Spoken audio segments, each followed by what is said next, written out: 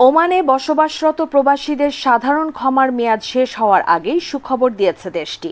অবৈধভাবে বসবাসরত প্রবাসীদের জন্য ঘোষিত সাধারণ ক্ষমার সময়সীমা ৩১ জুলাই শেষ হওয়ার কথা থাকলেও এখন আরও ৫ মাস বাড়িয়ে ৩১ ডিসেম্বর পর্যন্ত করা হয়েছে। এতে চলতি সময়ে যারা সময়ের কারণে অথবা বিভিন্ন জটিলতায় এই সুযোগ গ্রহণ করতে পারেনি তাদের জন্য আরও সহজ হলো বৈধ হওয়া অথবা কোনো প্রকার জরিমানা ছাড়া ওমান ত্যাগ করার সুযোগ।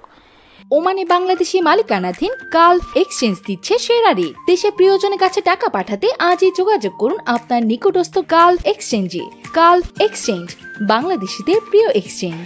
এদিকে আইনি উপদেষ্টা অধ্যাপক আসিফ নজরুল তার ভেরিফাইড ফেসবুক পেজে ওমান প্রবাসীদের উদ্দেশ্যে একটি পোস্ট করেন। তিনি পোস্টে লিখেন, ওমানে অবস্থানরত প্রবাসী কর্মীদের বৈধকরণের মেয়াদ ৩১ ডিসেম্বর পর্যন্ত বাড়ানো হয়েছে।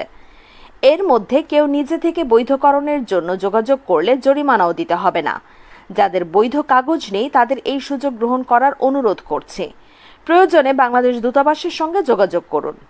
এর আগে ওমান শ্রম মন্ত্রণালয় একই সাথে বাংলাদেশ দূতাবাস থেকেও বিজ্ঞপ্তি দিয়ে বিষয়টি নিশ্চিত করা হয়। নতুন সিদ্ধান্ত অনুযায়ী আইনি অবস্থান সংশোধনের সুযোগ চলতি বছরের ৩১ জুলাই থেকে বাড়িয়ে ৩১ ডিসেম্বর ২০২৫ পর্যন্ত করা হয়েছে। সেই সাথে অবৈধভাবে ওমানে বসবাসরত দেশে ফিরতে ইচ্ছুক ব্যক্তিরাও এই সুযোগ গ্রহণ করতে পারবে। ওমানের শ্রম মন্ত্রণালয় জানিয়েছে, জনসাধারণের অনুরোধ ও উপকারভোগীদের প্রয়োজনীয় সুযোগ দেওয়ার স্বার্থে এই সময়সীমা বাড়ানো হয়েছে। এর ফলে আরও অধিক সংখ্যক প্রবাসী ও নিয়োগকর্তা শ্রম আইনের আওতায় বৈধতা পাওয়ার সুযোগ পাবেন। শ্রম মন্ত্রণালয়ের এক বিজ্ঞপ্তিতে বলা হয়, এই সময়সীমা হলো শেষ সুযোগ। সংশ্লিষ্ট সবাইকে অনুরোধ করা হচ্ছে যেন তারা দ্রুত প্রয়োজনীয় প্রক্রিয়া সম্পন্ন করেন এবং আইনি বৈধতা নিশ্চিত করেন।